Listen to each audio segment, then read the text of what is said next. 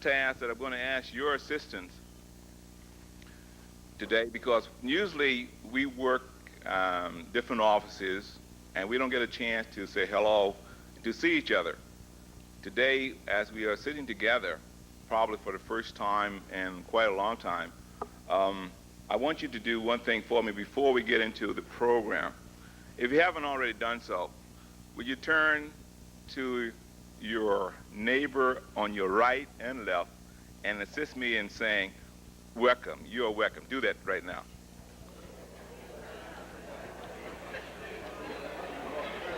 Yeah.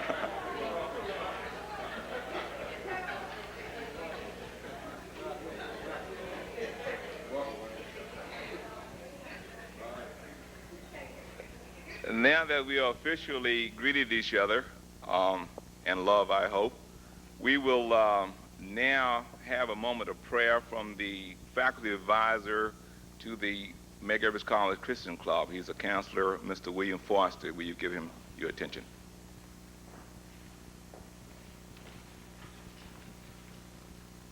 Thank you, Mr. Oliver. Today is my pleasure and honor to be able to give the invocation for the Gittleson and civil service staff. And I was reminded of a verse that came from the Bible when two of Jesus' disciples asked, who about being the greatest. They were arguing about who is the greatest one of them all. And, Jesus told them that whosoever will be the servant, he's the greatest. Okay?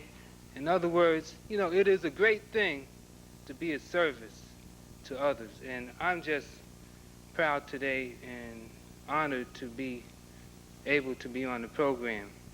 Let us all go to the Lord in the word of prayer. Whatever your persuasion is, we know that we have a maker, we have a creator. Dear Father God, ruler of the universe, creator of all things, we thank you, Lord, for this day, for this time, this opportunity, Lord, for the celebration of life, the celebration of service to those who have served, those long-distance runners. We thank thee, Lord, for this institution and the services that it provides to our community, Lord. Lord, we come to you asking that you stay with us as we go forward in these difficult times. We thank you, Lord, for each and every person here, and particularly those who are being honored today, that you will continue to shine upon their lives. Although we know we might not have all who have started with us, Lord, we know that you are with us. And we thank you for all these things. In his name, amen.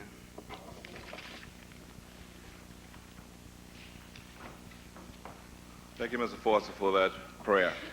Now we have, again, an opportunity for all of us to participate in the program. I'm going to call your attention to the back page of your program where we have the Black National Anthem. And would you stand, please, as we attempt to sing this verse. We got a number of folks that can sing.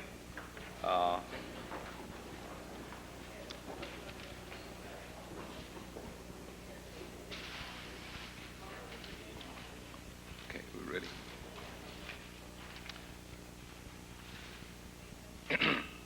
Lift every voice and sing till earth and heaven ring, ring with the harmony of liberty. Let our rejoices rise high as the listening sky. Let it resound loud as the rolling sea.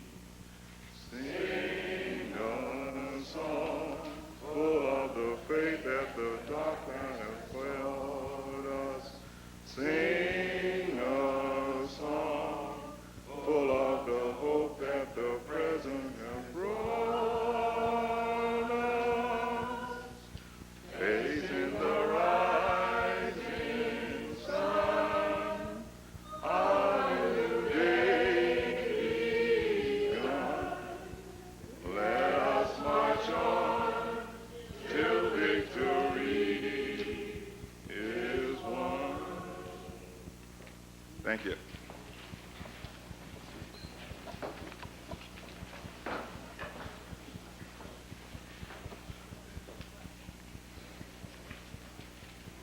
It is a special privilege for me to present the next speaker, the acting president of the college. While he doesn't need an introduction, permit me to give you a brief background of our president.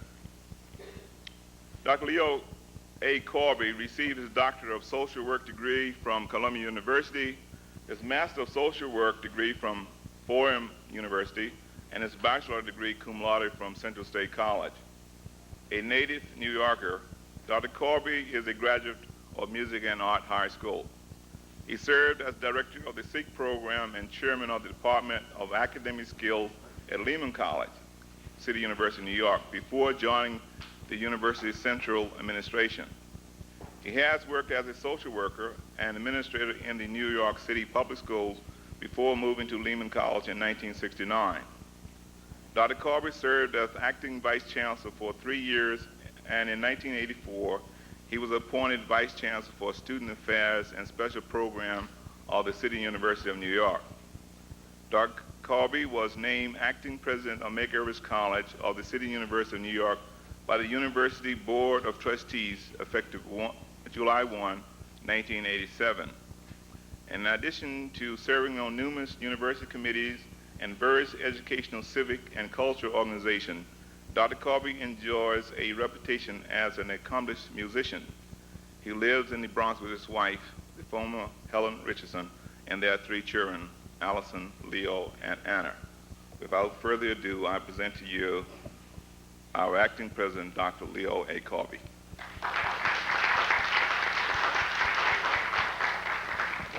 Thank you, Tom. Actually, his introduction, which was very gracious, thank you, Tom, is actually longer than what I have to say. It's brief, and it's been prepared for me because they don't trust me in front of you, so I thank you for that also, Tom.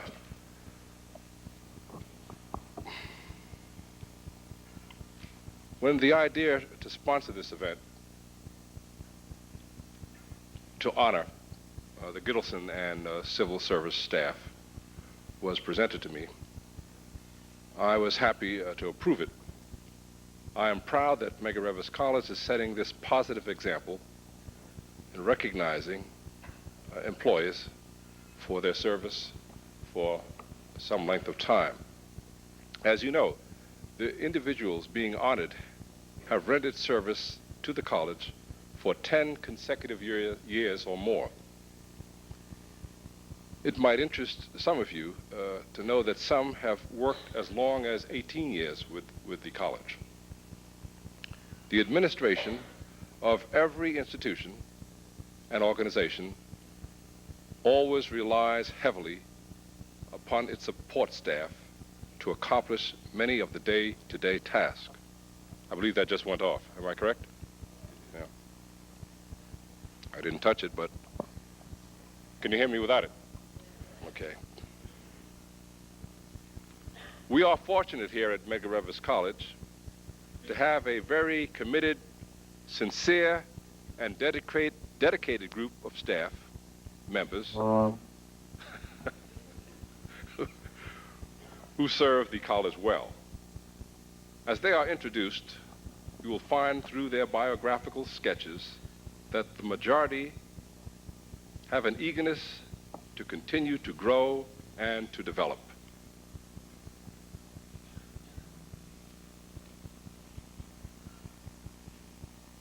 I commend the honorees and also take this opportunity to applaud the other staff members who also serve. I trust that you will all reflect upon your past experiences at Medgar Evers College with pride. You have demonstrated dignity by working many times under less than ideal circumstances here at the college. We respect and appreciate that. You may ask yourselves, what has been the most significant achievements, my most significant achievements at Medgar Evers College? and others may reflect upon further aspirations. I believe such reflections can help you in making decisions about your future. We are extremely proud of each and every one of you and congratulate you and your families. I should like to commend the committee who worked so diligently to organize this event. Thank you very much.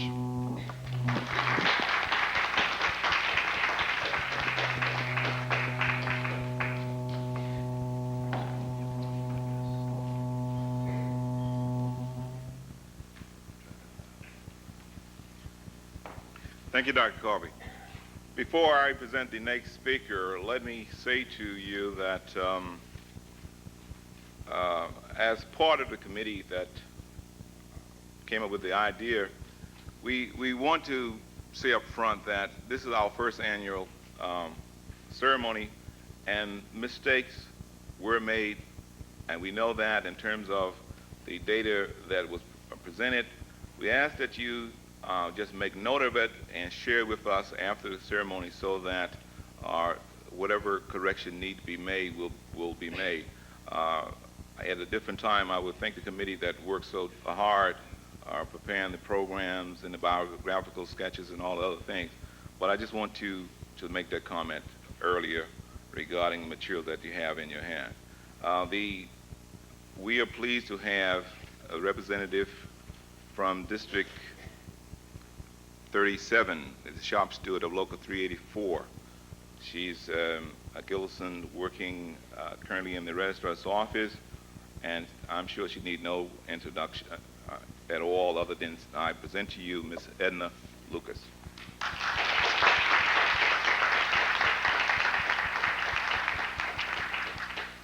Good afternoon, President Corby, deans, master of ceremony, chairpersons, and fellow employees. As you know, my name is Edna Lucas. I'm a CUNY Office Assistant Level 4A in the Registrar's Office. I serve as shop steward for DC 37, Local 384. I'm pleased to be one of the Gittelsons being honored today. I would like to take a moment to give some information about the Gittelsons. First, we got our name from a state senator by the name of Gittleson. All the secretaries were from municipal clerical staff. Senator Gittleson saw the complexity of the work being done by secretaries working with the Board of Higher Education and how close they worked with academia. He started a lawsuit for higher wages for those workers and won the case. After this victory, we were then given the name Gittelsons after Senator Gittleson.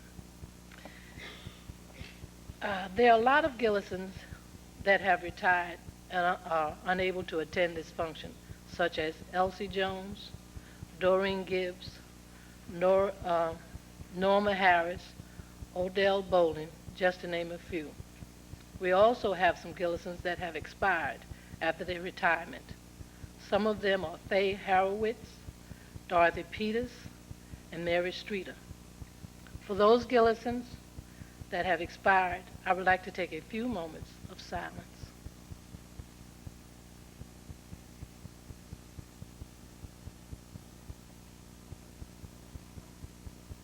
I thank you.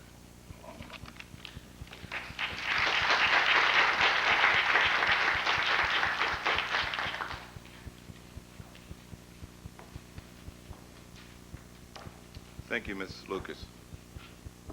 We will now be treated with a musical selection from our own songbird. Again, would need no introduction. Join me in a round of applause for Miss Melville Hill.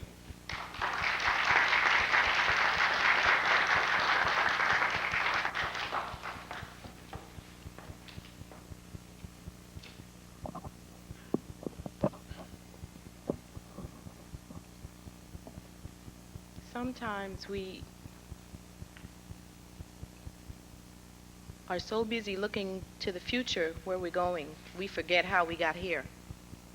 And it is with deep admiration and respect today that I'd like to think and remember all of your faces, because 15, 18 years from now, these will be the good old days. These will be the times that we will look back and reflect on. And we have to keep ourselves always mindful of how we progress, of how we move forward. It's very important, because without remembering that, we sort of take the future for granted. And tomorrow is not promised to either us or the future generations. So it's very important, I think, that we remember how we move forward, how we grow. And to always remember that how we get there is important. How we look and take one another and work with one another and help one another, because that's what we're here for. We are to help. That causes our growth. That helps us to achieve, and it helps us to feel good about ourselves. And that is more important than anything, how we feel about ourselves. So I salute the Gittlesons of the past. I salute the Gittlesons of the present. And the Gittlesons of the future, I salute you too, but I also say, look out.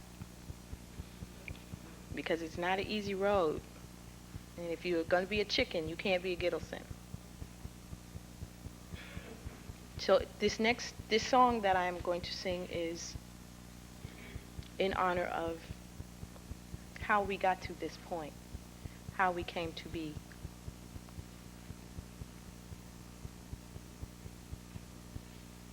Memories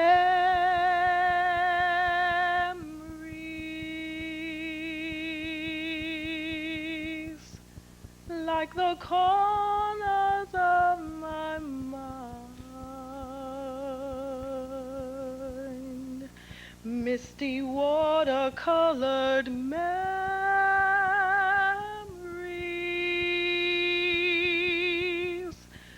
for the way we were.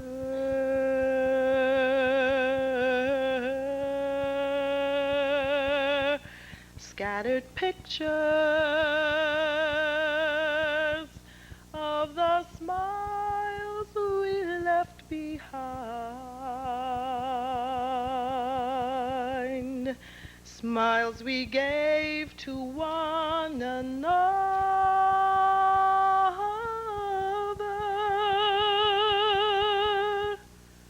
for the way we were.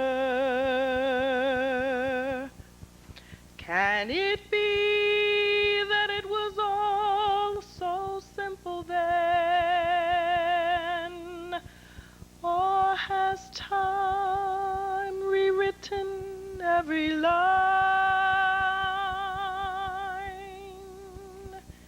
And if we had the chance to do it all again, tell me, would we? Could we?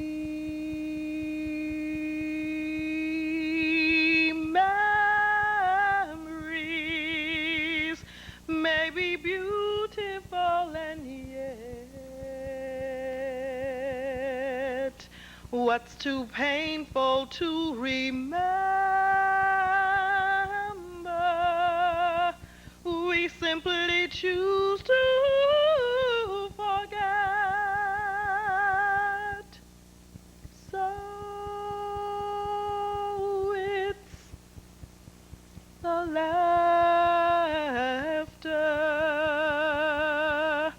we will remember.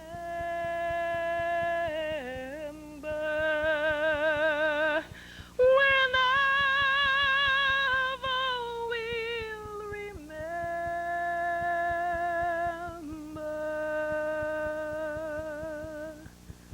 the way we were.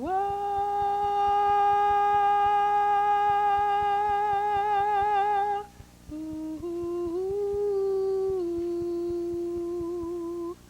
remember.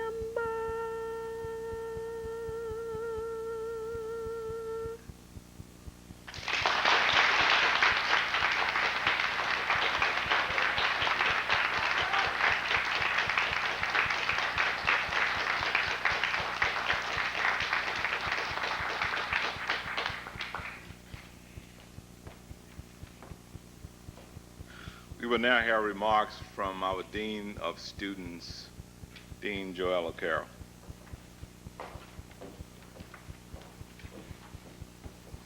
Good afternoon. Did you ever think for one moment that you'd be working at Medgar Evers over 10 years, folks? Didn't?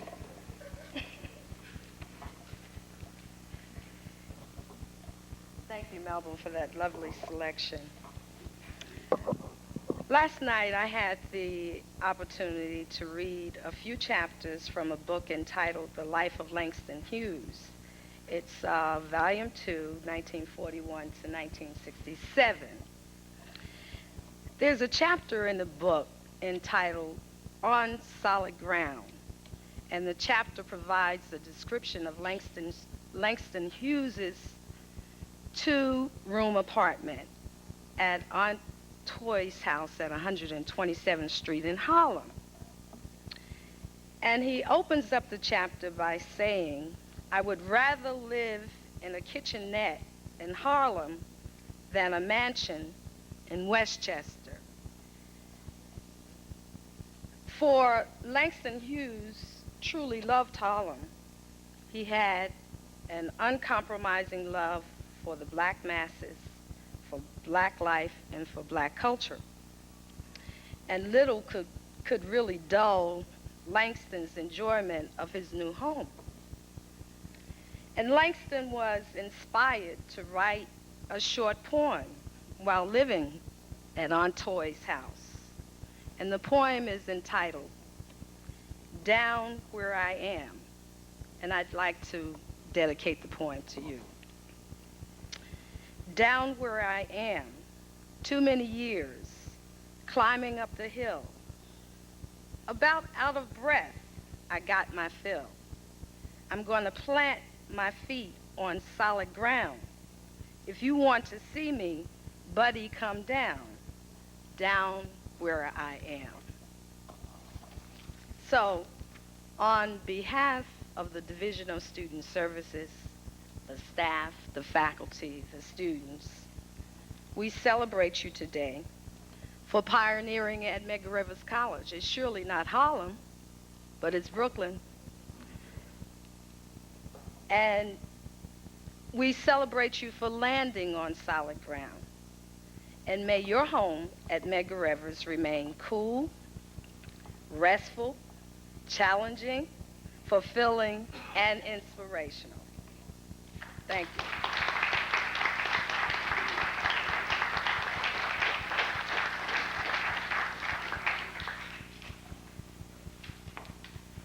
Thank you, Dean Carroll, for those very timely remarks.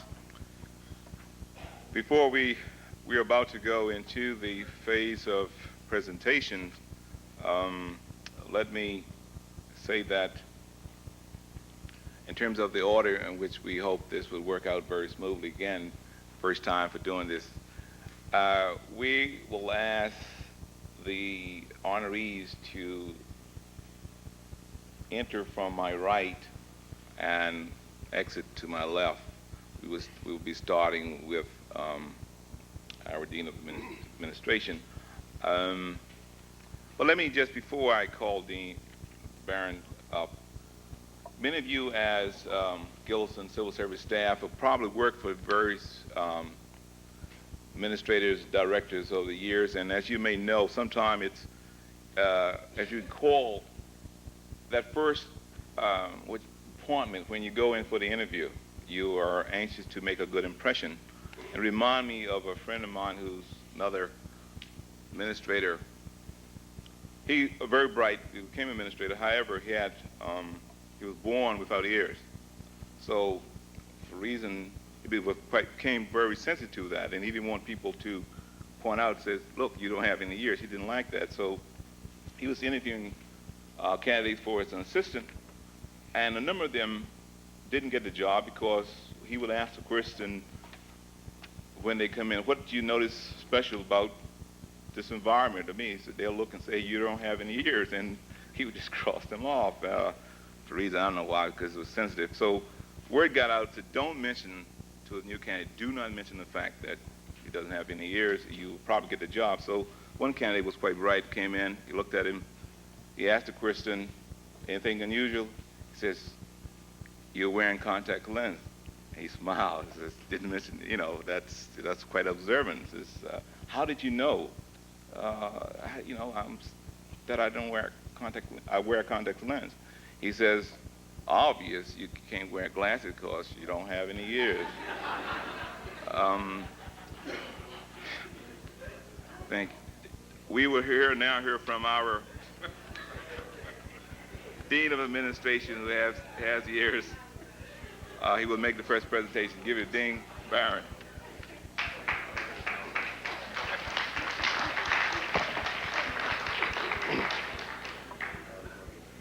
I just checked to see if they're still here.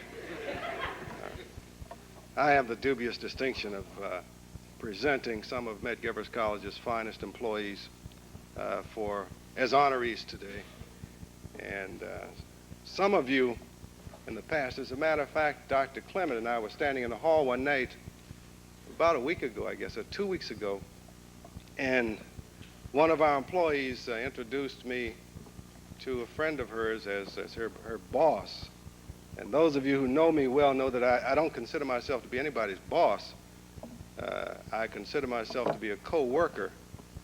It's sort of reminds me of when I was walking down the corridors of the old executive office building in Washington, D.C. when I was working there.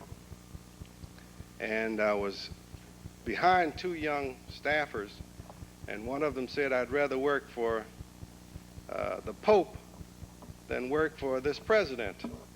And the guy said, well, what do you mean? He said, he's a fine person to work with. He said, yes, but if you work for the Pope, all you have to do is to kiss his ring. I'm not... I certainly have tried to in the past, work with people and try not to give anybody the impression that I even wear any rings. On a more serious note, I did notice earlier that you were asked to stand, look to your right and look to your left and greet the persons and tell them good day or whatever. I'd like for you to, everybody now, to really look to the side and tell them what you really think about it. Margaret, you can tell Bill Green, and we know what you think about it. Dave Cooper, I know you got a few things to say to Berta Vellner back there. And Ruth, I see you beside Herman. Tell them what you really think about it.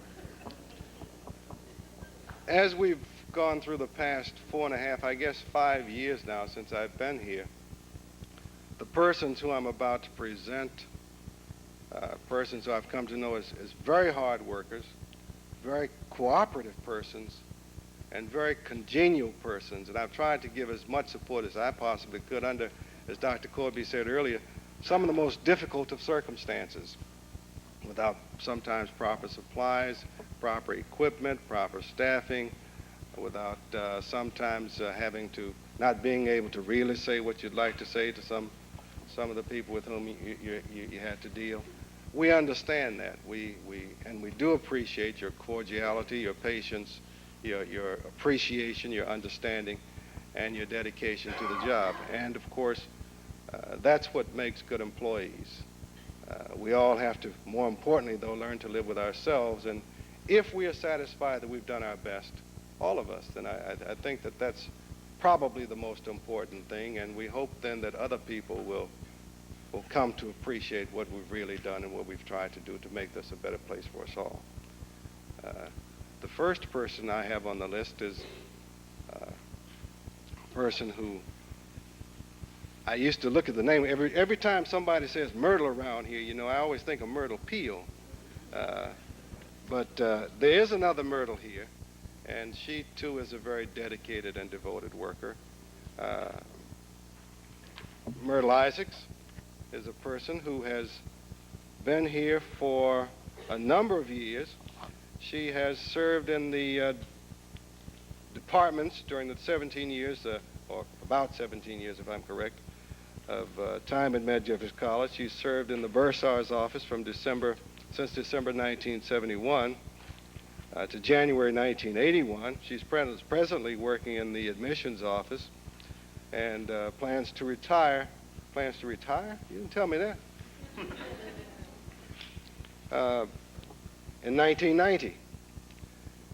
She received her Bachelor of Arts degree from Brooklyn College, where she worked prior to coming to Medgar Evers College. She's an active member of the Lily of the Valley Eastern Star Chapter 48. Myrtle Isaacs, I'd like to thank you and let you know that we all appreciate the very difficult things that you've done there, especially in the Office of Admissions. I have here, thank you, the certificate reads, Medgar Evers College of the City University of New York awards this certificate of recognition to Myrtle Isaacs for 16 years of dedicated service to the college. It's signed March 28, 1989 by Leo A. Corby, acting president. Thank you, Myrtle.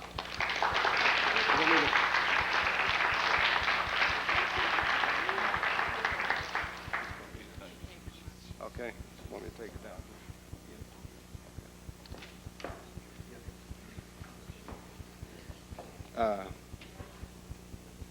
Alphys, you don't get the rose. Thank you very much, Myrtle. We really appreciate your services.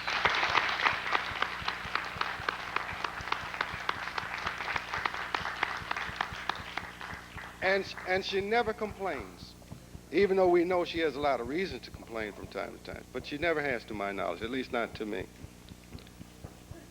Buildings and grounds. We have a number of people who, I might say, have all been overworked and underpaid, as have many other people here. But yet and still, obviously, they've remained here for some reason, and I'm inclined to believe that among those reasons is dedication and devotion to the college and to the community that the college serves. The first of these persons is Gerald Avery, and of course I see back here we have the two supervisors, Mr. Antonio DeSantis, and you know, one of these days I'm going to get that first name right, but Mr. Chioki's back there beside Tony, and we'd like to acknowledge their presence. But the first of the persons is Gerald Avery. Gerald here? Gerald has been a custodial assistant at Medgar Evers College in the Buildings and Grounds Department. His hobbies include fishing, bowling, and basketball. He's probably good at the first two. I don't think he's very good at the latter. I tried him one day on the court. His aspirations include the pursuit of higher education. Gerald, we'd like to, I don't see him, but we'd like to thank Gerald for his many years of service here to the college, and we indeed want to recognize him. His certificate, of course, reads the same as the others. Medgar Evers College of the University of New York awards a certificate of recognition to Gerald Avery for 14 years of dedicated service to the college. Thank you. The next person is Clarence Black. His brother Black here. I think he's probably over in the prep building. He's probably over there working. But he's also in buildings and grounds in the capacity of custodial assistant. He works also part-time as an electrician.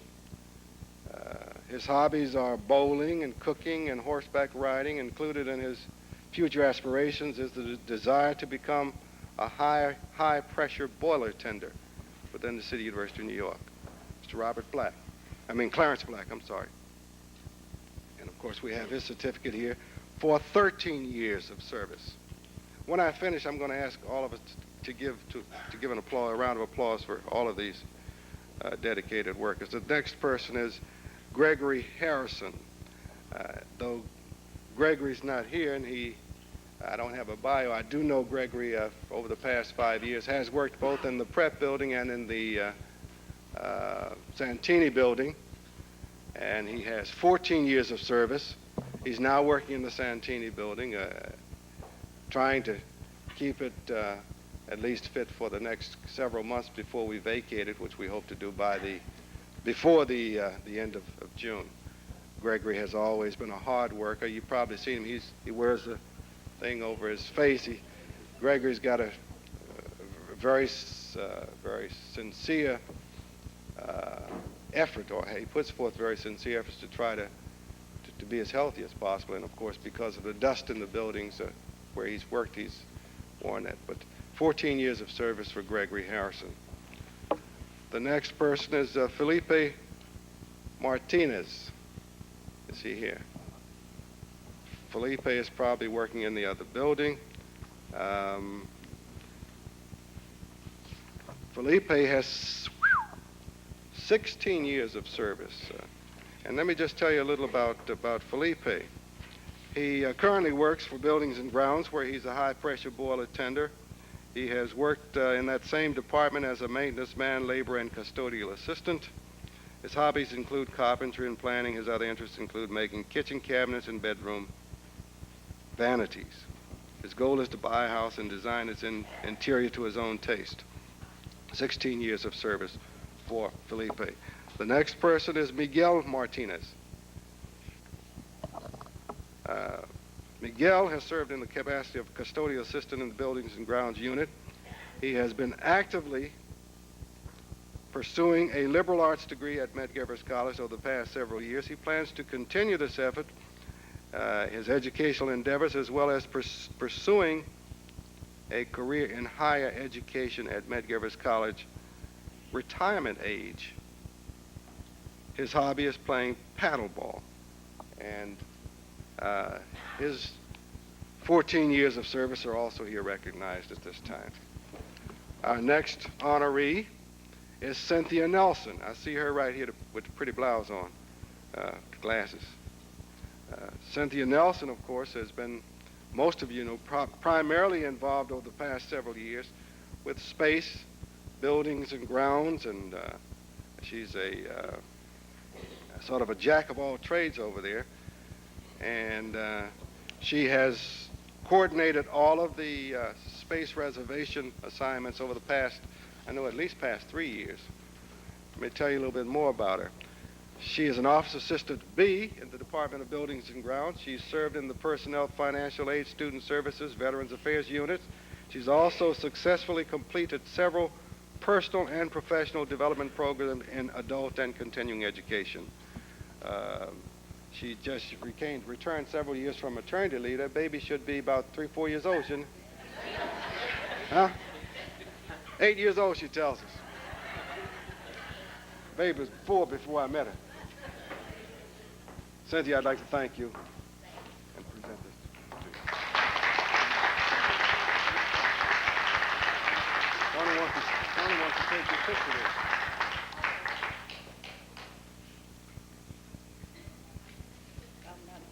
Thank you. Thank you so much. And our next honoree is Alpheus Reed. I always liked that name. I have an uncle whose name was Adolphus, and I would call you Adolphus for about 3 years. And then somebody, I think Norma Goodman told me, it's Alpheus Reed. A-L-P-H-E-U-S. Alpheus has worked in the Medgar Evers College Buildings and Grounds Department for several years as a custodian and laborer. He was a member of the Medgar Evers College bowling team for 2 seasons. He enjoys his work in the college, and he works hard too, and late.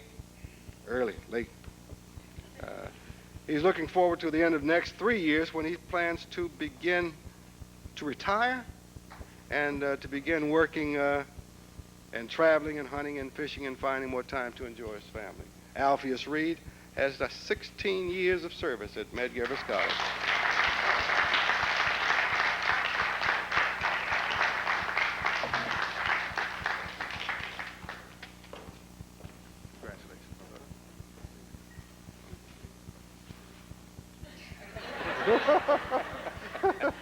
Thank you. Thank you. And our next honoree.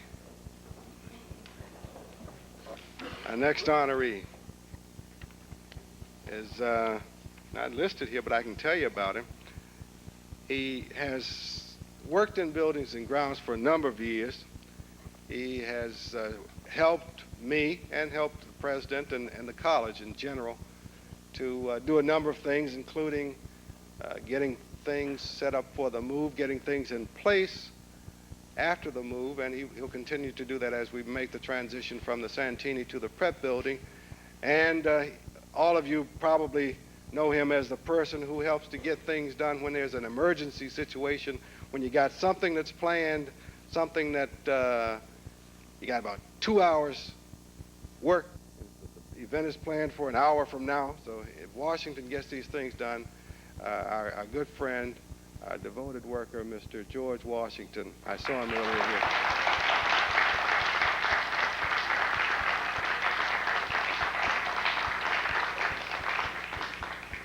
Brother Washington has 16 years of service also at this institution. Congratulations.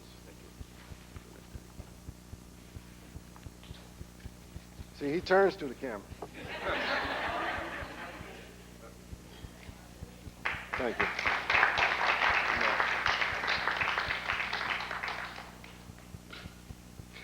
And our next honoree, Elijah Wells.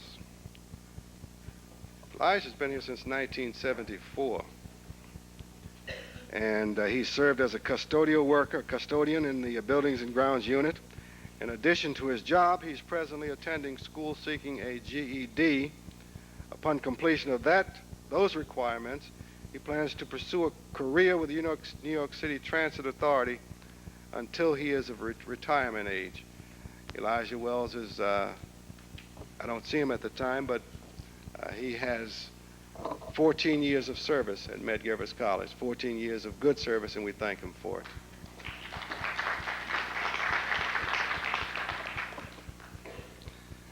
And the last person from Buildings and Grounds, and not the last person from Buildings and Grounds, because, oh yes, Leo Williams. Leo, most of you know too, Leo is a young man who, I saw him here earlier, I don't see him now. Oh, there he is. There he is. Everybody knows Leo. Leo not only does a lot of things for us to deal with the facilities, but whenever we need somebody to sort of, as we say, hook up some speakers or amplifiers or whatever, all we got to do is look for Leo, and we don't have trouble finding him. He's always there, and I want to express, as I did with the others, my personal appreciation for his efforts, years of service that I've known him. Leo has 15 years of service. Congratulations, my brother. Thanks, Leo. And now let's go to campus facilities. This young woman, I see her right here before me. She's a hard worker, too. She's sincere, and the one thing that I was wondering when I first met her was how long I would see her before she would smile. I've come to learn, though, that she has a very pleasant smile. She's a very pleasant person and a very dedicated worker. She has helped us in a number of ways, and we want to thank her at this time, and we've tried to do it as many times as we could, but this is a personal thanks and a personal expression of appreciation to Margaret Fields, who has been working at Medgar Evers College for 14 years. Margaret Fields, thank you.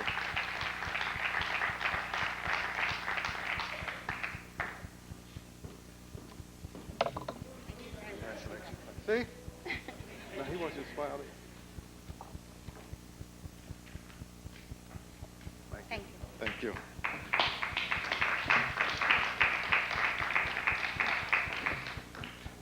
Financial aid.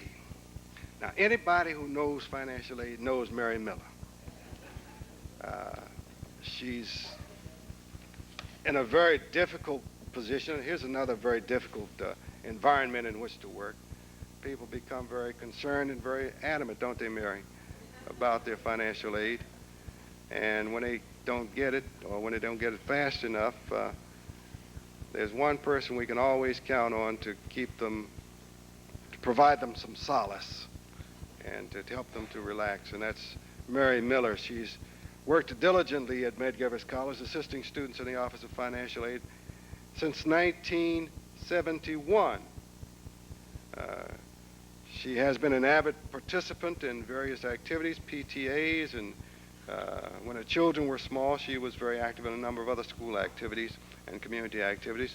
Currently, she participates in various organizations and committees when assigned tasks, and she always carries them out to the best of her ability, usually achieving beyond a level of satisfaction or satisfactory level. Mary Miller, thank you for your 1971, let's see, where's the math teacher? 17 years of service.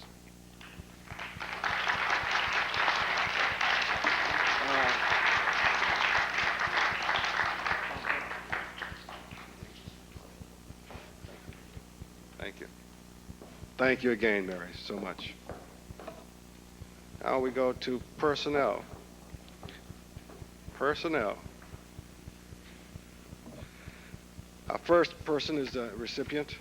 Honoree is a young woman who has been a staff member of personnel since she began working at Medgar Evers College. She served on the Medgar Evers College Community Council as a member of the Park View Tenants Association.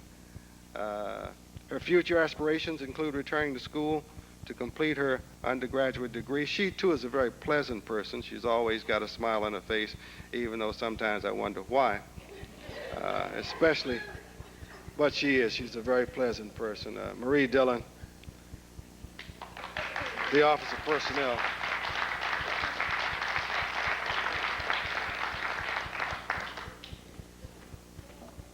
Marie, you walked too fast. I didn't get to.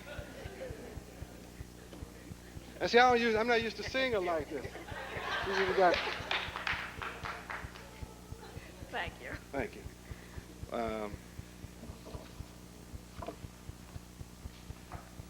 Tell you what. Oh, we found it. Here we are. Thanks. 16 years of service. Marie Dillon. Thank you.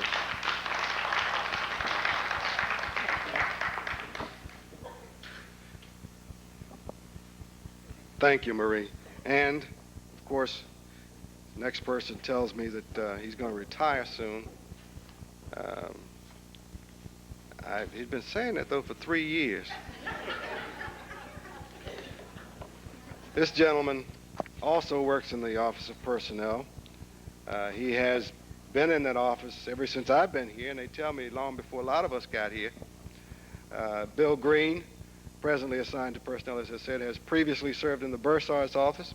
He worked in the data processing unit and the grants units of the college. He attended Talladega College from You want me to tell?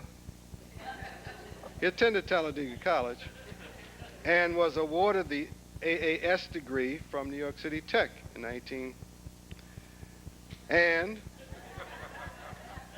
he's also traveled extensively throughout the United States and abroad listening to music, particularly classical music. And he looks forward to retirement, he says, within 5 years.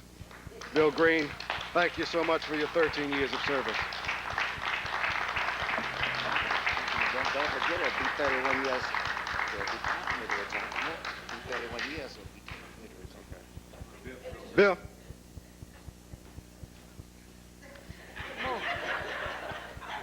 Bill tells me he's got 31 years of service. He said so. He won't tell me his age, but he tells me his years. Thank you so much, Bill. Bill is a hard worker, too. And our next and last person from the Office of Personnel, who's, I don't believe she's here today, but she's also a retiree. Elsie Jones just recently retired from that office after several years of service. I know at least 15, I believe, years of service, 17 years of service. And Elsie, as all of you know, handled staff benefits. She'd tell us what our entitlements are, and she did an excellent job on that. I want to personally thank Elsie. She's perhaps out somewhere on a boat or some beach or somewhere, enjoying the good life where others of us would like to be. But Elsie has 17 years of service. She's a recent retiree, and of course she's on Travi, I believe, now.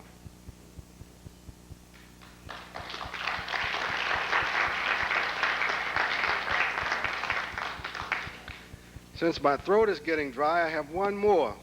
You've already met her. She's a shop steward. She's very active in union activity. She's even more active, or just equally as active, perhaps I should say, in everything that goes on in the office of the registrar. She too is a quiet person, but I got her to smile one day. I think that was about the only time, though. I'm only kidding. Edna Lucas has been a real asset to all of us.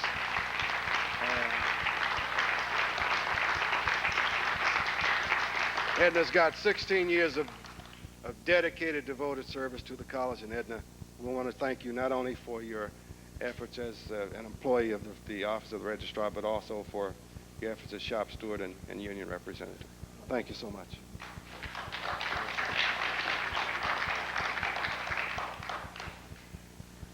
Thank you. Now let's give all of our honorees a good, healthy round of applause.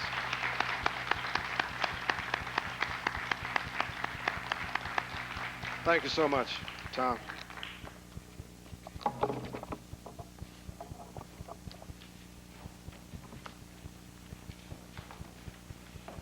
Thank you, Dean Barron. He's quite an active follower, and I certainly will not attempt to top that. It's a great honor for me to have the privilege of presenting certificate of longevity to members of the business office staff.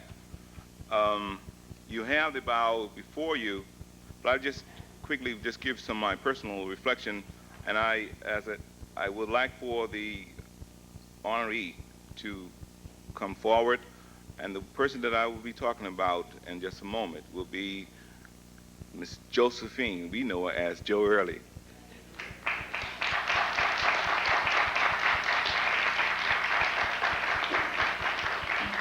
Joe, as you know, works in the accounting department. Her supervisor, Mr. Benjamin Whitehorn, is in the audience. I want to acknowledge him. Joe is the one that handles the Impress funds and your travel, your supper money, anything that dealing with checks.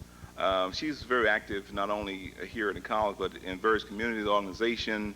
I know for a fact that she's a member of the Order of East and Star. She's as a bio indicated, National Council of Negro Women's.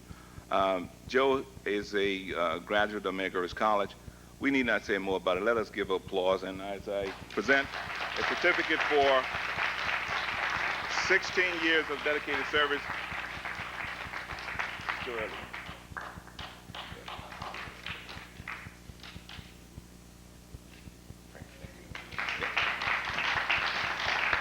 Also, as you may have seen, each of the honorees are receiving, depending on whether or not it's less than 15 years or over, a special design lapel pen. We are very proud of the committee who worked toward designing the pen. It's a logo with a color that reflecting different than any other that you may find here in the college, and I hope you will all wear them with pride and dignity. The next honoree from the accounts payable section of the business office, a person who received numbers of calls from all over the world, want to know why haven't my bill been paid? And she in turn come running to her supervisor, Marcia Green, want to know where's the money to pay these bills. We are talking about no other than Margaret Grant Park.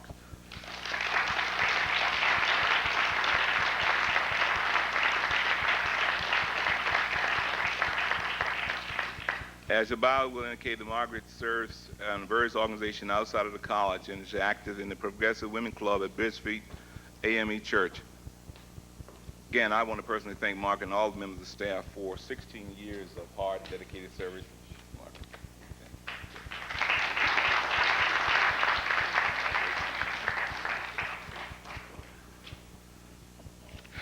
The person from the bursar's office, which her supervisor have the same initial, and I will acknowledge Bert Abelnet as the supervisor of this person, Barbara Avis, who we all know handled the payroll checks.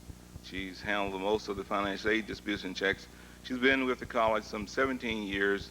She's active in the Allen AME Church in New York.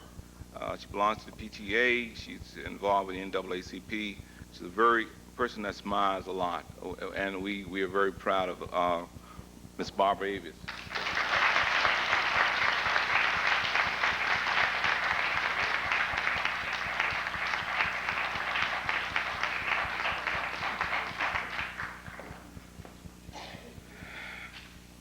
A person whom you certainly have heard the voice, because any chance that you needed a telephone number, I call her the girl with the golden voice.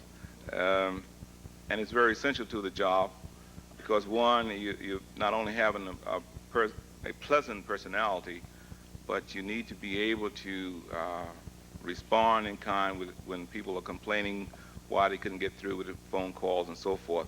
And the person that we are talking about is our own switchboard operator, Mrs. Christine Spick.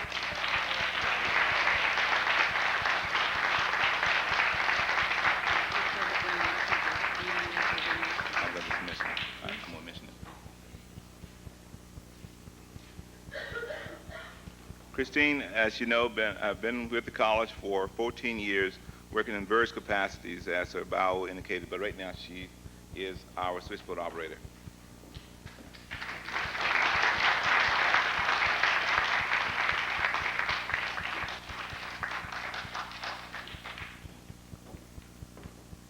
And the last office that, from the business office, which person who has served for 14 years as a stockman. I don't see him. He's probably out somewhere trying to find some pencils or whatever else they deliver to the office that we don't have. But I would hope that you would join with me in congratulating Glenn Washington for 14 years of service.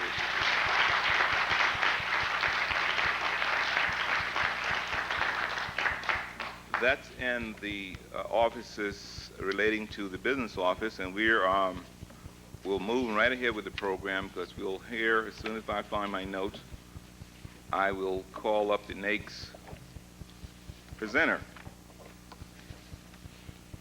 And it is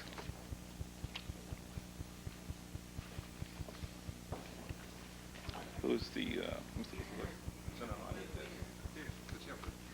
okay, thank you very much. It's the Ms. Glenna Williams will come forward to make a presentation at this time. Ms. Glenna Williams is here? She's not here. Okay, Ms. Glenna Williams was to present Ms. Marlene Roberts. Ms. Marlene Roberts? Okay, Ms. Marlene Roberts did not submit a bio, but she's been here at the college for 16 consecutive years. So give her a round of applause, please.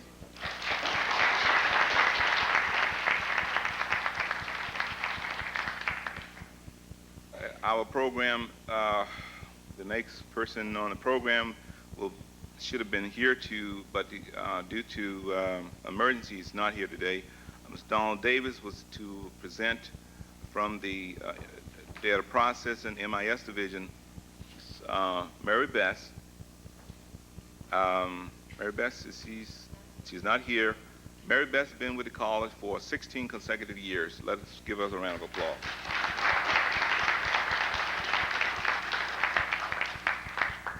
I may take a seat now as and I'm glad to give you again Dean Joella Carroll, who will make a presentation.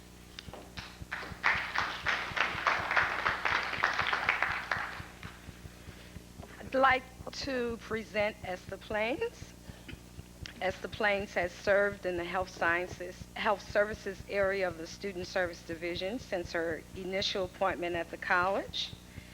In addition to serving on several college-wide committees, such as the Commencement Committee and Disabled Students Committee, Esther has organized annual health fairs for the students and community. She has participated on several workshops, such as health education, substance abuse, and referral services. Her extracurricular endeavors indicate that she is very involved in her local community, in her local block association, and she's also a member of the Laurelton Negro Business and Professional Women's Association. Esther aspires to continue in the field of health assessment until retirement, to travel extensively, and to own her own business in her community. Please welcome Esther.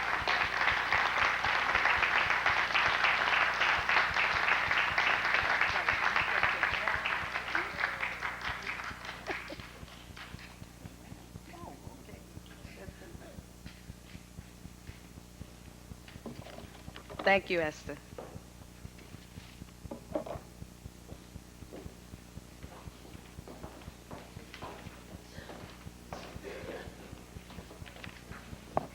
One more presentation. Jean Simpson is not here today. Jean has served in the Student Service Division as an administrative assistant since her initial appointment at the college. Most recently, Jean participated in several seminars at the Summer Institute of Women's Development. Jean has a good mind for details and for management, and comfort is secondary to efficiency. Jean's future aspirations have not been finalized at this time, and I'll accept her award.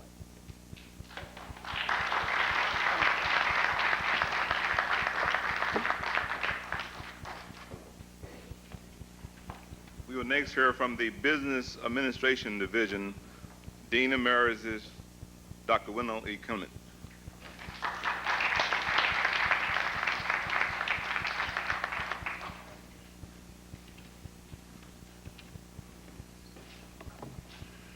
To the Master of Ceremonies, President Corby, guests of the dais, I started to address you as brothers and sisters, but I think it's more appropriate that I address you as daughters and sons, since I predate you both in terms of when you came to the college, and I believe I predate you in years.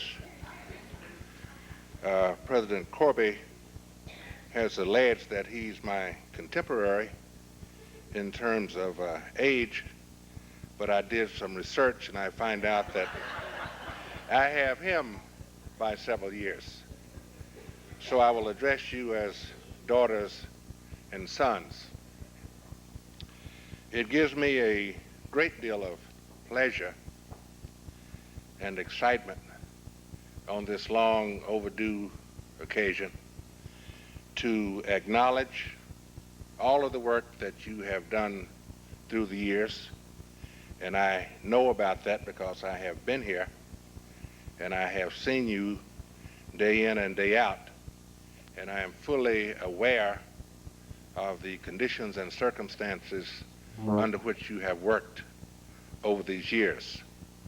So it's a real privilege and a pleasure that I give each of you a heartfelt thanks for your long and continued contribution to Medgar Evers College.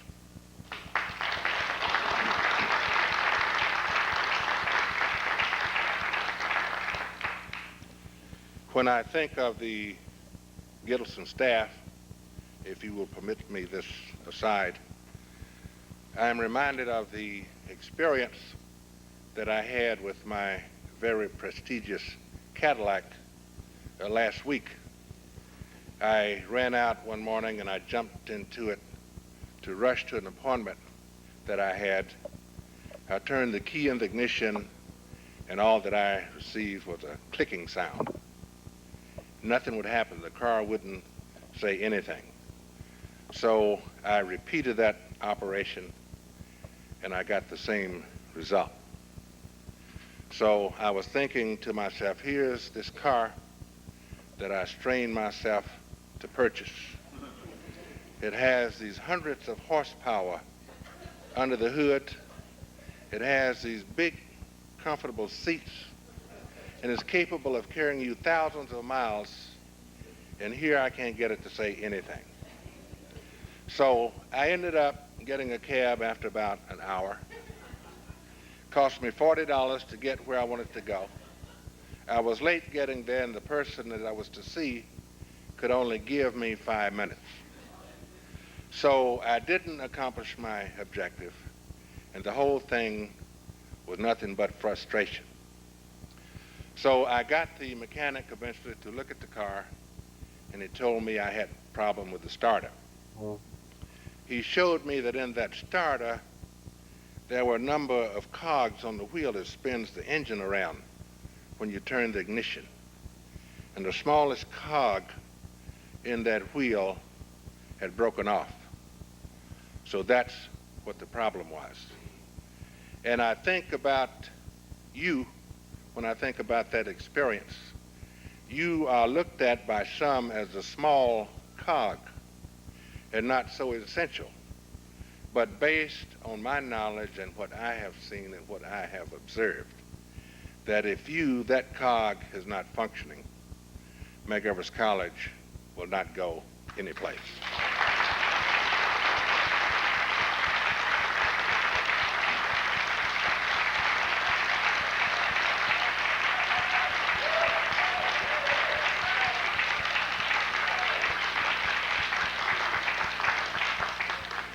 I know that you may not have your PhD, you may not wear the title of doctor or professor or dean or some of those esteemed titles, but nevertheless, your cog that you constitute is as important as all the others.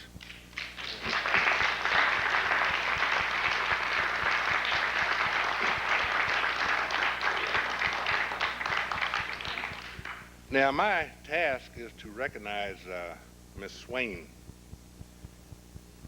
who I would say is one of those important cogs. She works in a division that is comprised of 14 faculty, and I assure you of 14 different personalities, almost 14 different accents, 14 different moods, and varying degrees of ineptness. Yet she manages to cope under this particular situation, which makes her a more even important cog. I think that we rightfully could refer to her as one of the mothers of the institution.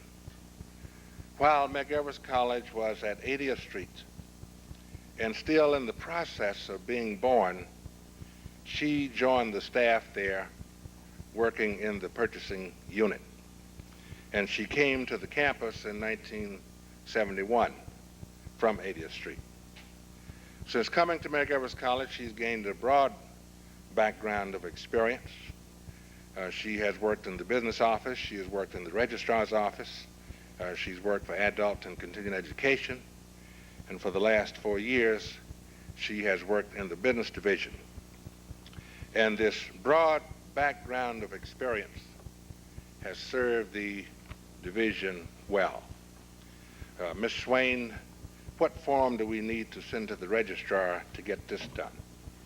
Ms. Swain, what documents do we need to tack to this to get the purchase requisition approved? Ms. Swain, how do we get this taken care of in personnel? So her broad background of experience has served us and served us very well. She's not only a staff member, but she truly is a member of the MEC family. She has obtained the baccalaureate degree from this college, and she is very active in our alumni association. In terms of her plans, I find out that she plans to pursue the MBA and one day to become an entrepreneur. And I would wish her well in that, but in the meantime, Ms. Swain, please keep on being that very important cog in our division.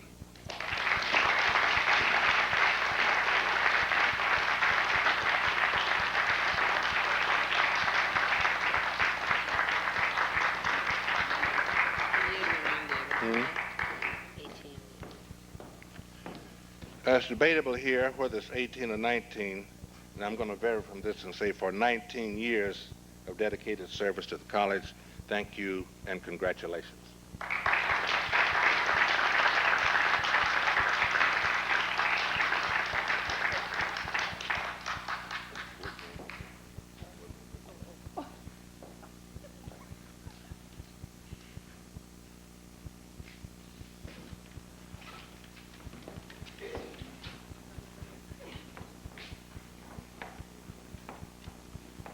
The next division that we will hear from will be the health sciences, and we have Dr. Norma Johnson who will make a presentation.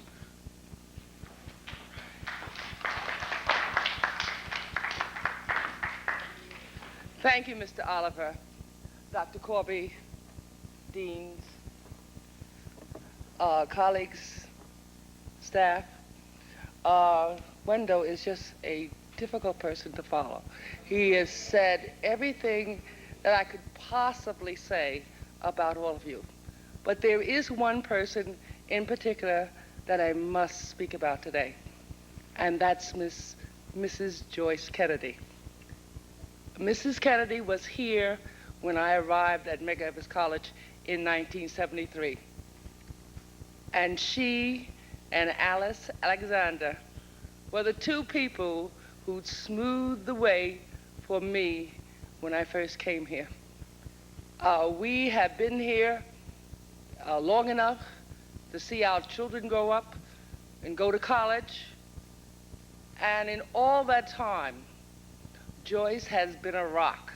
When I say a rock, she's been the person who's been stable in our division when all hell was breaking loose.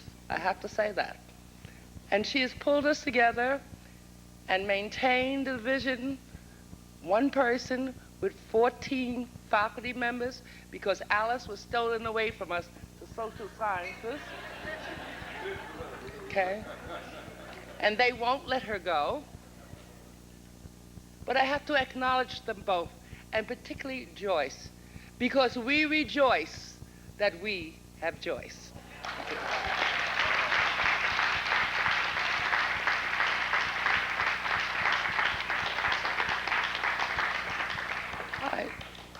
May I just read this to you?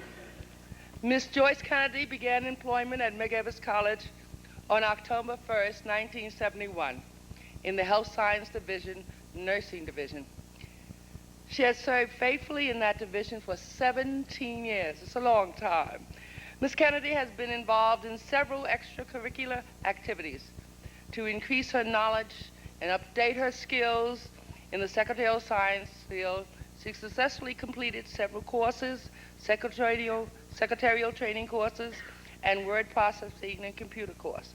Ms. Kennedy has also participated in various committees within her division, as well as college-wide. The committees are Nursing Alumni Committee, the Gerontology Handbook Committee, and Graduation Committee. As Ms. Kennedy is one who believes in both personal and professional growth, she plans to receive further training in the word processing computer field and to enroll in a swimming course. Thank you. Thank you, Dad.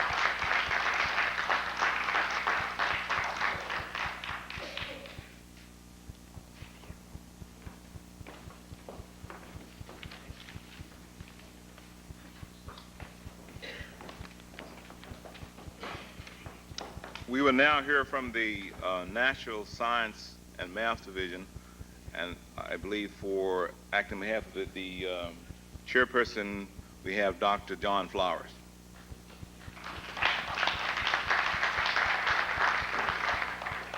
Thank you. It's a great honor to be here to, first of all, thank all of you for all of the work that you do for the college, and a lot of you I have had contact with you from the Division of Natural Sciences, and a lot of you have served that particular division very well. So on behalf of that division, I thank all of you. I'm afraid believe the person that I'm to honor today here for the Division of Natural Sciences is not here, Miss Odell Bolding. But let me just say a few words about Miss Bolding. First of all, I believe if you look on your program, you'll see that she's been with the college for 18 years. So she is another, probably I call her a co-mother of the college, and certainly she was a major person. She's certainly been with the Division of Natural Sciences longer than anyone else who's now there. I think whoever's ever been in the division, she was there before any of the professors were in the division. I first met Odell when I came to the college in 1977 as a faculty member. Certainly during those first years when I was here, she helped me in many ways when it was something I needed to know. I learned a person to go find out was Odell, not necessarily one of my colleagues, but Odell always knew the right answer. And in 1984, when I became the chairperson of the division, I found out that once again, and most emphatically Odell, as she was most affectionately and respectfully known in the division, again, that's a person that I could, particularly during that first difficult year when you're trying to learn the ropes, Odell could tell me what I needed to have for this meeting, et cetera, et cetera. She often made me look very good when I would go to a meeting because I had all my act together. It was due to her, not to me, I assure you. Unfortunately, unfortunately for us in the division, Odell has retired from the college. We're most unhappy to see her go, but we hope that she will enjoy her retirement now. And so on behalf of the college and the Division of Natural Sciences, I would publicly like to thank Odell for her 18 years of service to the college and to the Division of Natural Sciences.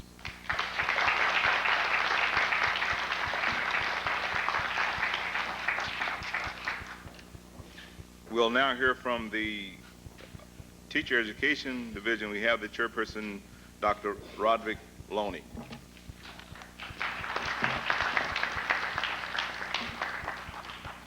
Thank you very much. I do want to thank you for asking me to be here. I appreciate the fact that Dr. Corby is here and the deans and all these good folk on the DS, as well as my colleagues sitting in front of me.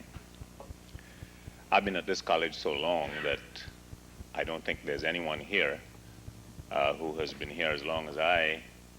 Wendell, I guess, comes close, but there's one lady sitting here, and I would feel I've failed if I did not call attention to that. And her name is Sarah Hoagland. She's sitting at the back somewhere. I think that lady deserves a round of applause.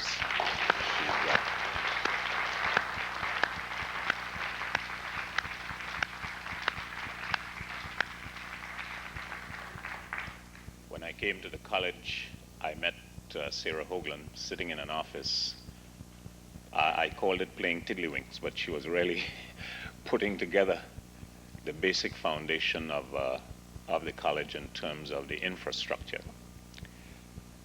At that time, the business division and the health sciences division and the education division did not exist. There were one division called professional studies.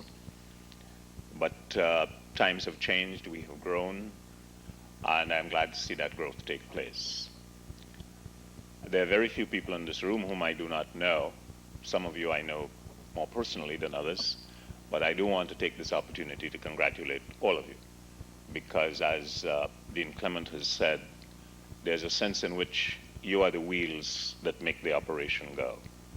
And if this college has moved forward, and in some ways it has, I think it's essentially because that basic foundational piece has been in place and could be counted on to get the job done. And again, I want to congratulate all of you and wish you the best of everything as you leave this place and go on to another year of service at the college. Congratulations to you.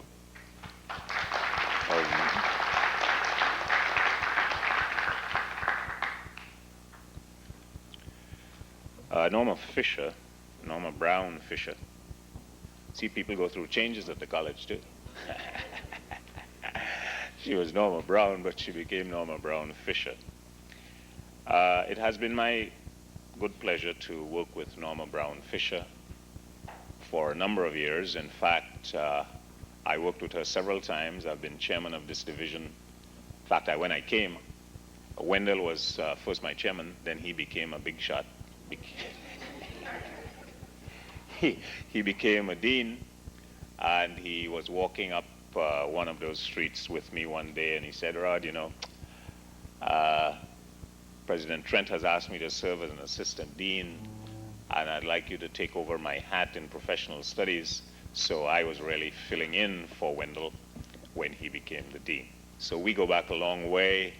There's a sense in which we cannot look back at the college without feeling a sense of involvement. However, over all these years, most of the groups of the college, we have functioned as disparate groups. And I am looking forward for the time when, as a college, we'll be able to function as a unified whole and not simply as a diverse group of people who have maybe different interests and different agenda.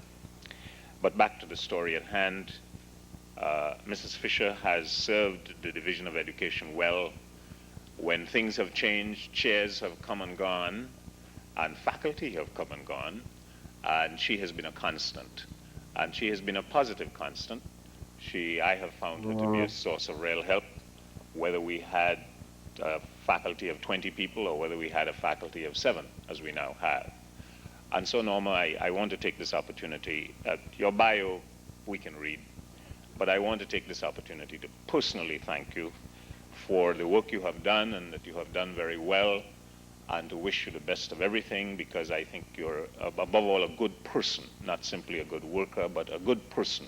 And I'm very glad that I had the privilege of being associated with you as a colleague, and I just look forward to even longer times and even better times in our division. So I think that anything which the Division of Teacher Education achieves, it's essentially because Norma has helped to facilitate that and make it come to pass. Congratulations.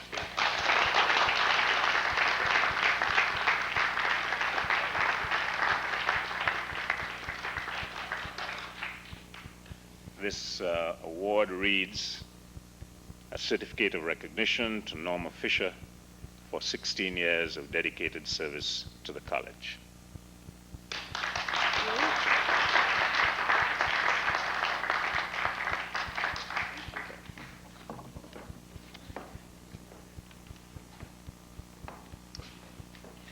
We will now hear from the Social Science Division, the chairperson, Dr. Thomas Edwards.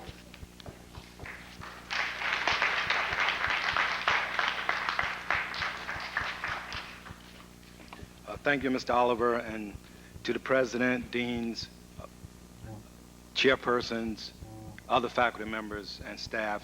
I'm very happy to be at this occasion. Let me say, first of all, that it is most appropriate that we're having such a ceremony this afternoon. As you know, the college will be celebrating its 20th anniversary very soon. And I think a ceremony such as this is exactly what is needed throughout the college, not only for the Gittlesons and civil service staff, but also for the faculty.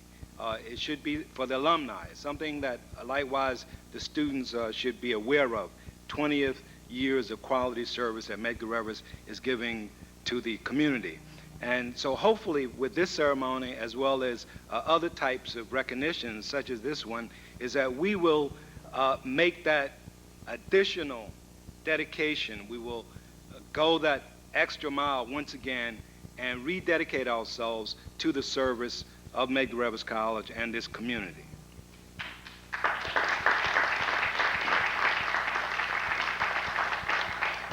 Let me say congratulations to all of the awardees, as well as to the other staff persons who are here this afternoon.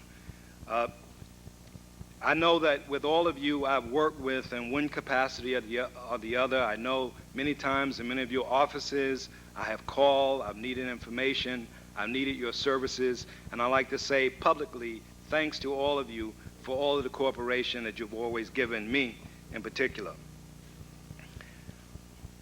I also like to acknowledge Barbara Avis and Ms. Myrtle Isaac, who those two persons I've had the opportunity of working with directly, that they have worked with me in an intimate levels several years in one way or the other. Also, I'm here to honor Johnny Brown Cheatham of the Social Science Division.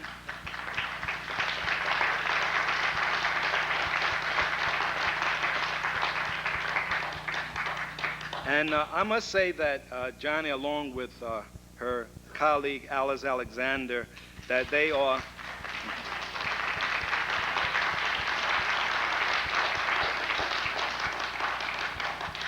I hate to boast and say that these are the best staff persons in any division. I don't know exactly what happens in the other divisions, but I do know that if in the other divisions, if you have such good quality as we do in social science, then you're in good shape also.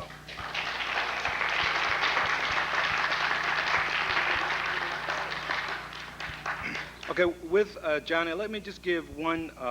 You can read the biographical information about her that they're listed in the program, but let me just give just one incident to indicate the type of service and dedication that Johnny gives to the division, to the faculty, and to the students of the Social Science Division.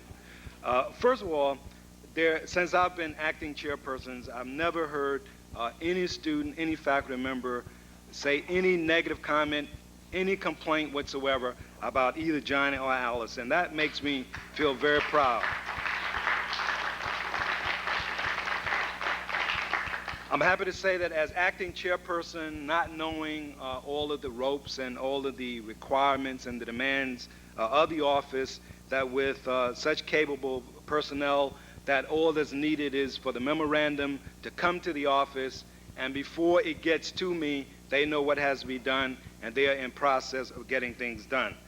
Just recently, I was happy to acknowledge a memorandum from Dean Mays indicating that there was information that she requested, and I recall very specifically when I saw the memorandum, I went to Johnny and said, "Oh, Johnny, we need to get this information to Dean Mays." I think it was the syllabi of the entire faculty, adjuncts, and full-time persons. Well, I simply said that to Johnny. Well, the next thing I received was the memorandum from Dean Mays acknowledging that Social Science Division had complied in that particular request. So I'm very happy and very proud to present the award to Johnny for all the service she has given to social science.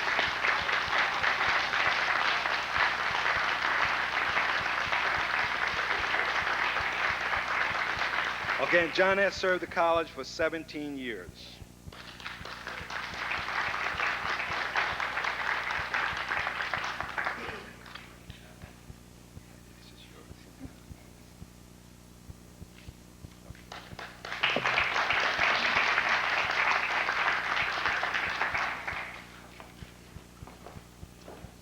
Moving right along, we are going to now hear from the Division of Library Science, the chair, the chief librarian, Dr. Suzanne Har Nicolescu.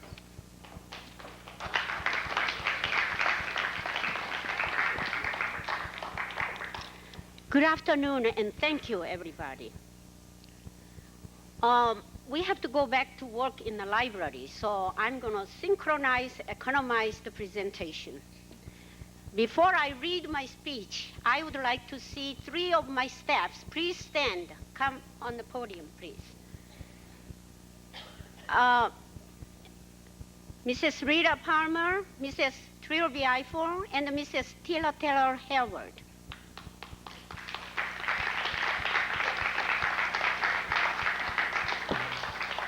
This is the way you can be seen twice, can be taken picture twice. And everybody will see you, that who you are. And my remarks go to all of you 3 together. A universal proverb says, every beautiful, strong, everlasting building is built on a strong foundation. Once a building is built, people enjoy and admire it. Yet, very few people admire its hidden foundation, nor the ones who made that foundation. Our library is a beautiful and strong source to diffuse the knowledge for our students and to nurture their strong future. But this is not possible without conscientious commitment by the professional librarians, and this commitment cannot be realized without a strong and continuous dedication by their supportive staff. The logic says, therefore, that our supportive staff is the foundation of the foundation of the foundation of the college. I'm indeed honored and proud today to present 3 members of my library family who built such a foundation, namely Ms. Tila Terra Harewood, Ms. Trilby Eiffel, and Mrs. Rita Palmer.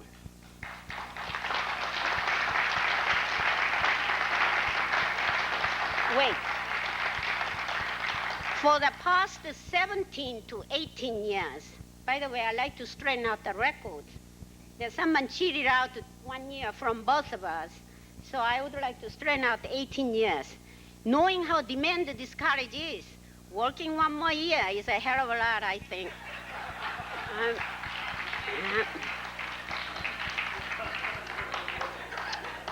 For the past 18 years, from the day the college started, and even before they officially opened the college, they have given to the library and our college their knowledge, skills, and the concern relentlessly. They have been indeed good troopers and dear colleagues. So here are many thanks from me and from all other library family members. Congratulations. Peter, wait, hold it. Please read their biography very carefully, but I'm going to just highlight it. Tira came into the library, then wandered out, wandered in, wandered out, but eventually she settled in our library, the most demanding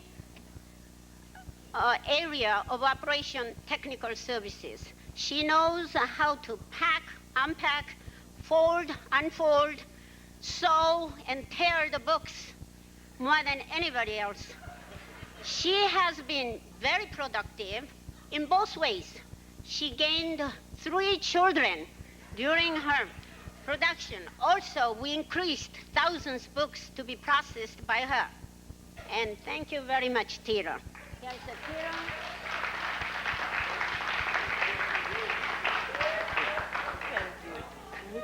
And then, what is the ribbon and where is the flowers in it?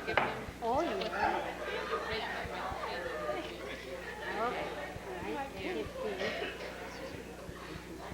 Yeah. Okay. Next, Miss Trilby Eiffel, please. Here is the one. Thank you.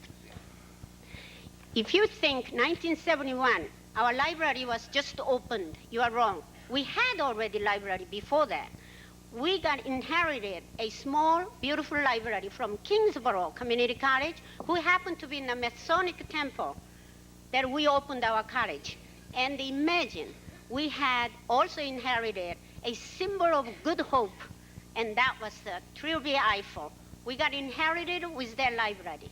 Ever since, she has been a steady, and perseverant, ever so congenial staff of our library. Trilby Eiffel. Thank you. Bishop takes pictures.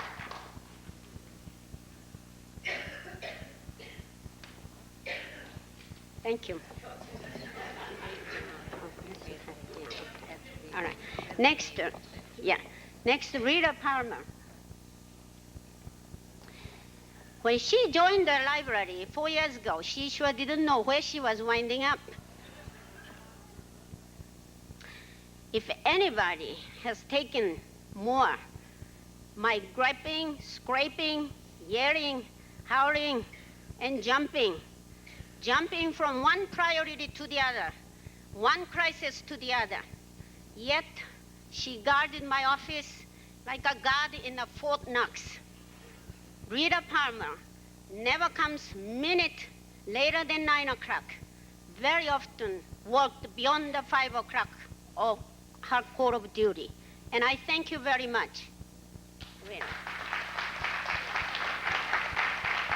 I'm going to end with one wish for all of our 3 members.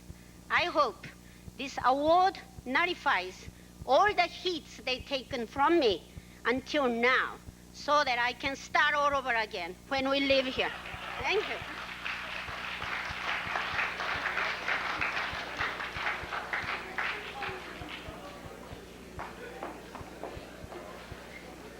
We are about to have our last presenter before we have some remarks on the music collection. The Division of Special Programs, we have the chairperson, Professor Dorothy Hopkins.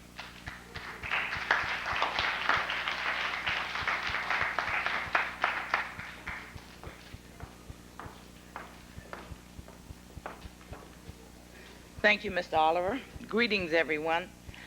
I'd like to congratulate all of you for having come thus far at Medgar Evers.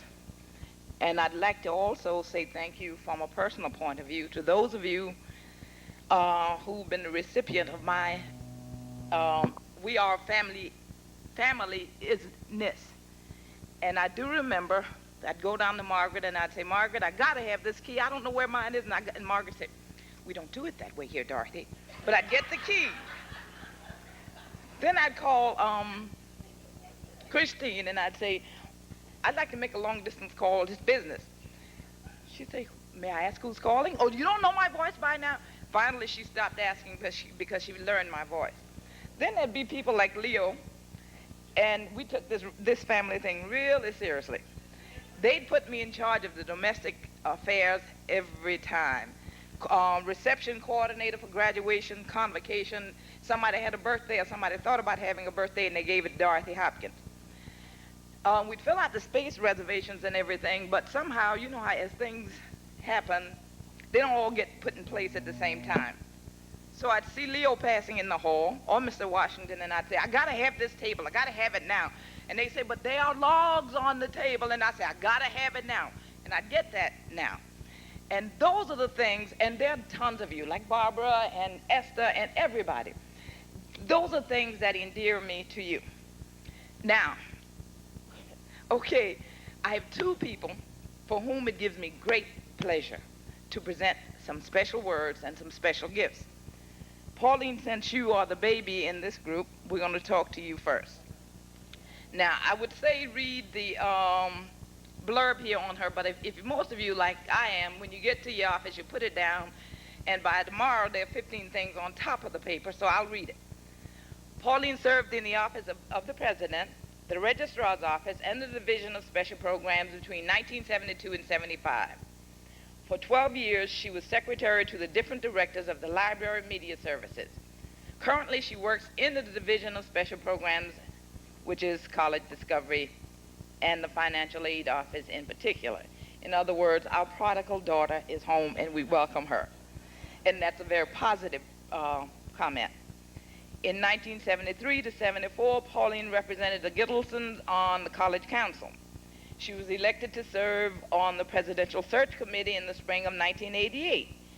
She's a member of the U.S. Naval Reserves. Her hobbies include theater, travel, music, horseback riding, and bowling. In 1975, she won the trophy for the highest series of the year among the women of the MEC bowling team. Pauline's future aspirations include the completion of her undergraduate degree in preparation for a second career. Now, we know that Pauline is an entrepreneur. It's not my jewelry. And we know that Pauline is a very spiritual person, and she does things like when we have our little conflicts in special programs, she calls us to tell us, well, you know, she didn't mean that, or he didn't mean that. Straighten it out. Let's look at it. And I remember one day when a battle was raging, Pauline called over and said, Dorothy, I want you to call this number. And tried as we did, the number we couldn't connect because so many other people had picked up the message. However, Pauline turned around, came back to tell me that this message tells us that we are to have love and peace. And no matter what the conflict is, we put love and peace first. That's the kind of person Pauline is. In addition, now this is a first, I think. Prior to returning to special programs, Pauline said to me, Dorothy, I'm not feeling resourceful. And I said, what do you mean? She said, I have lots of skills. And people are giving me filing and typing to do, and I want to do something else. And I said, you shouldn't have said that. Pauline is now almost a bona fide financial aid counselor for special programs. She asked, she got. Now, Pauline also is a mother of Eric and Sissy, and she is a valued member of special programs, and we're so glad to have you home. And Brenda, we're going to give it. We have some special tokens for you as acknowledgement for our love, and you're trembling as badly as I am. Pauline, it says Medgar Evers College of the City University of New York awards a certificate of recognition to Pauline Kennedy for 16 years of dedicated services to the college. We thank you and we love you. And we learned a lot of tricks from different friends. From our Jewish friends, we understand that you give something sweet on a special day. Come on, friend. So we got you something sweet. Oh. For you. And we bought a charm that said friendship, love, and eternity. And we brought you a large flower always in our hearts.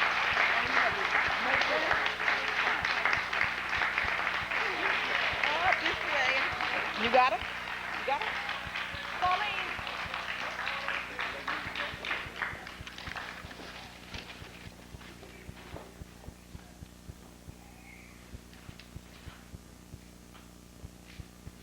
Thank you.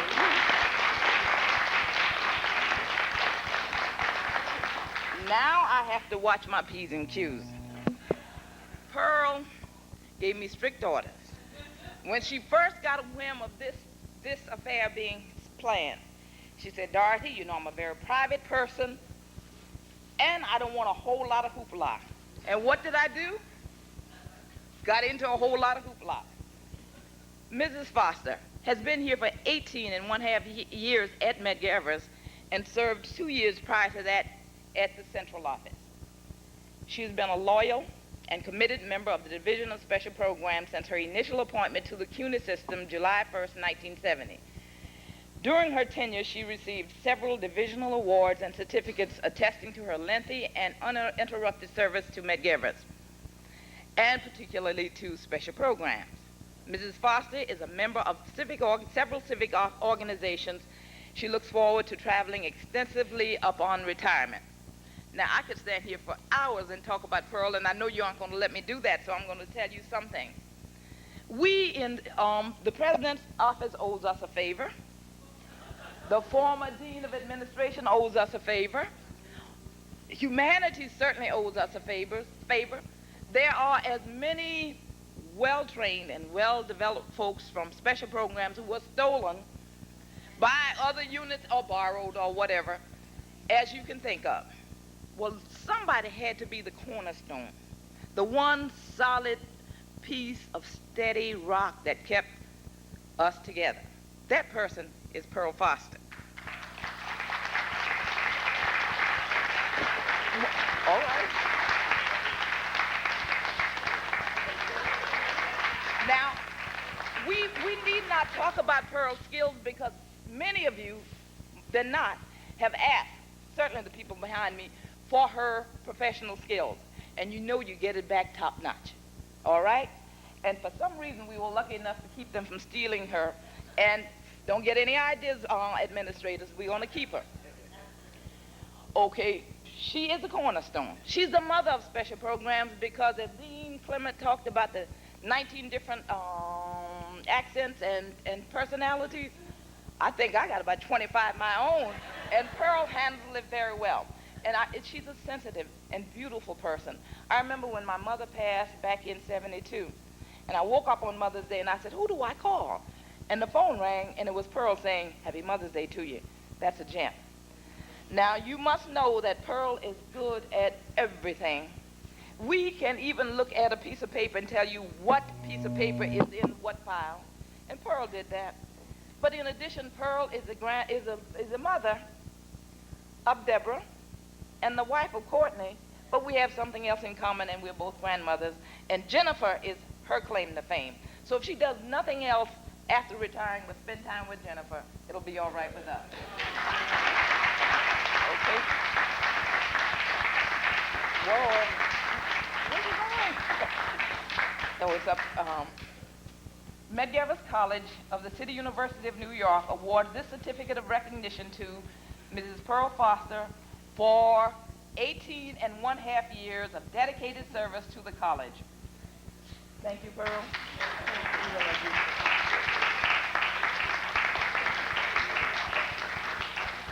This is where we went when we ran out of the aisle. I know.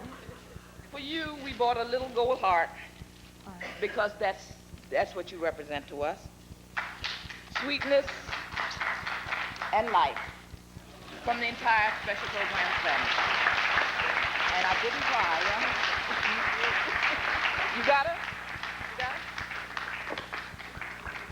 Can't walk to all of this. Yes, boss. Oh, which one is that?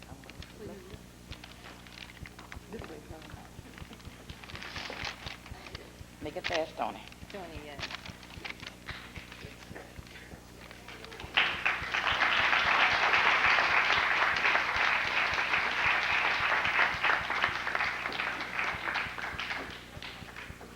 Thank you, Professor Hopkins. I'm very pleased that we saw fit to schedule your division for last. Will be some act to follow. If someone else had to follow. On the program, you know that we skipped a couple things, and we're about to close, but we had asked a representative from the civil service staff, a gentleman, to bring you short remarks, and I know that he's anxious to do that because, like everyone else, when you're on dais, you're nervous. And I told him, don't worry about it, will you? But with a warm round of applause for the civil service representative, Mr. Leo Williams.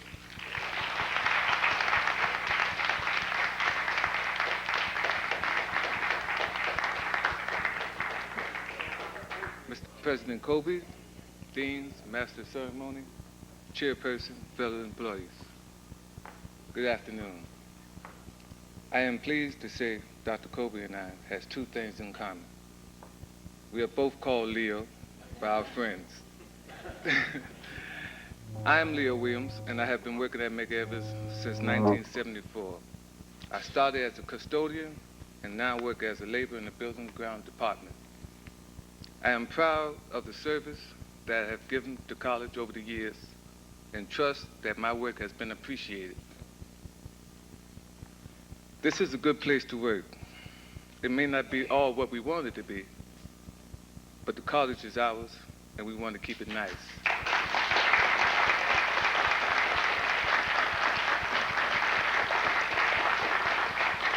On the behalf of all civil service employees that works under various offices at the college, I too wish to thank the president and other administrations for honoring us today. Thank you very much. Thank you.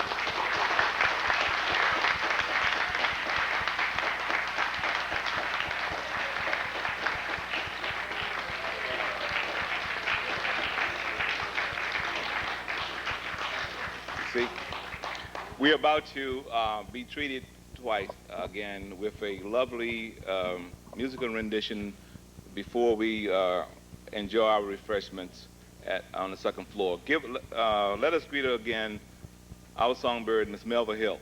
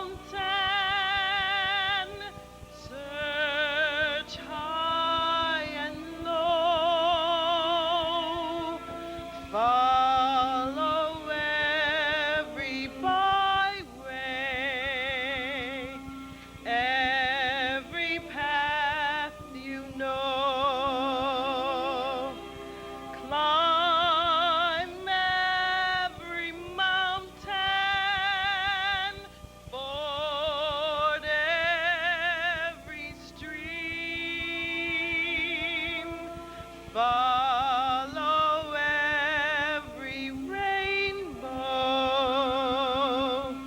till you find your dream, a dream that will need all the love you can give.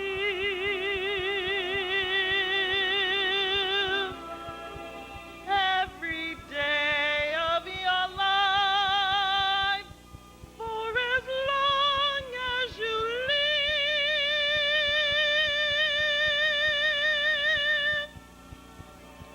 climb every mountain,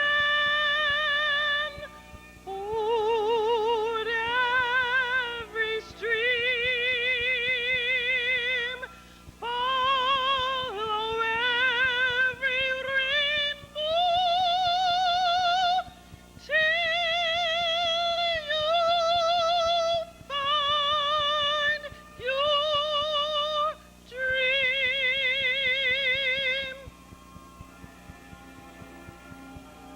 A dream that will need all the love you can give.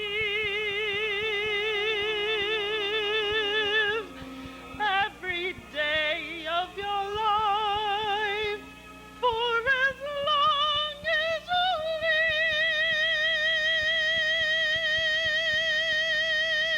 live, climb every mountain, ford every stream,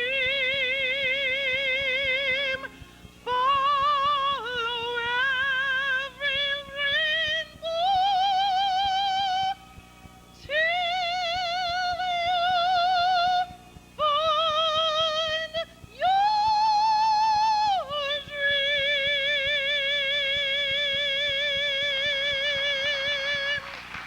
Your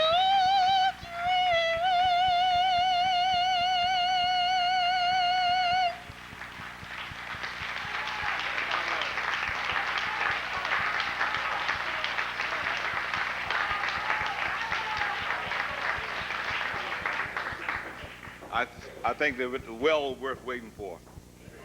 Amen.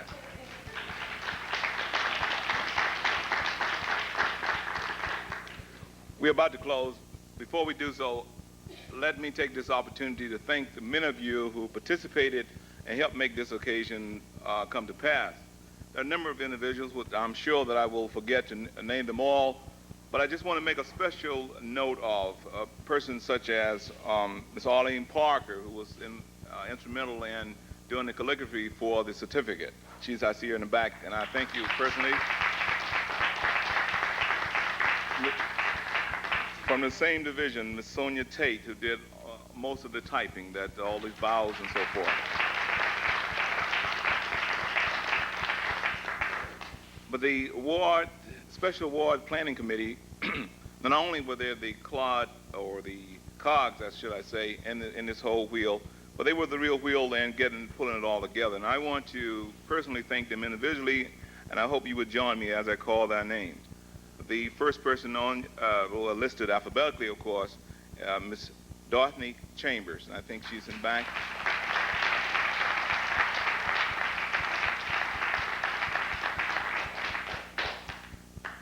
Miss Annette Coleman.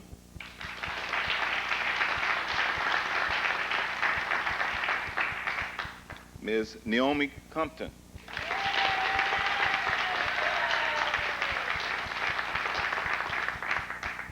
And from the academic division, very helpful, Dr. Thomas Edwards.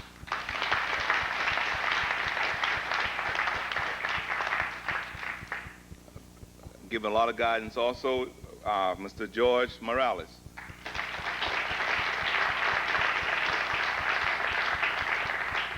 And we can easily skip over the name that's listed. Secondly, no, because I want you to give the applause that you may have given to me to the person that did her share and my share of the committee work, Ms. Deborah Young.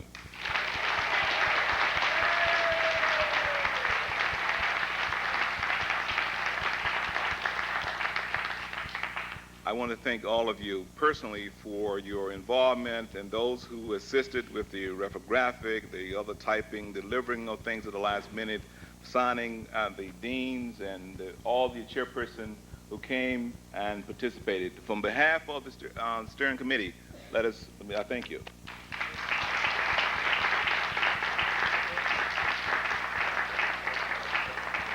Unless I'm told otherwise, there's a lady on the second floor reception area waiting with food since 2 o'clock. And we would hope that you would, well, let me just do this though. Mr. President, do you want to have anything to close? Benediction? Fine. Okay, so we're going to have benediction, and I'm also going to ask them to bless whatever we have upstairs. And when you do that, just give attention again to Mr. William Foster.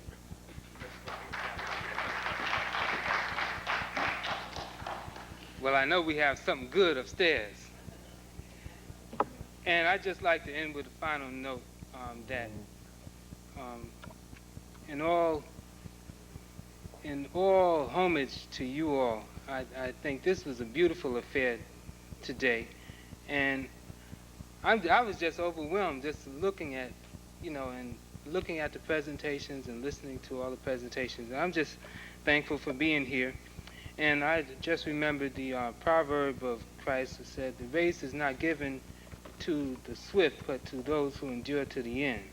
And this wonderful institution, look at this auditorium here, and all that we have done is a tribute to you all who have stood the test. And let us all stand.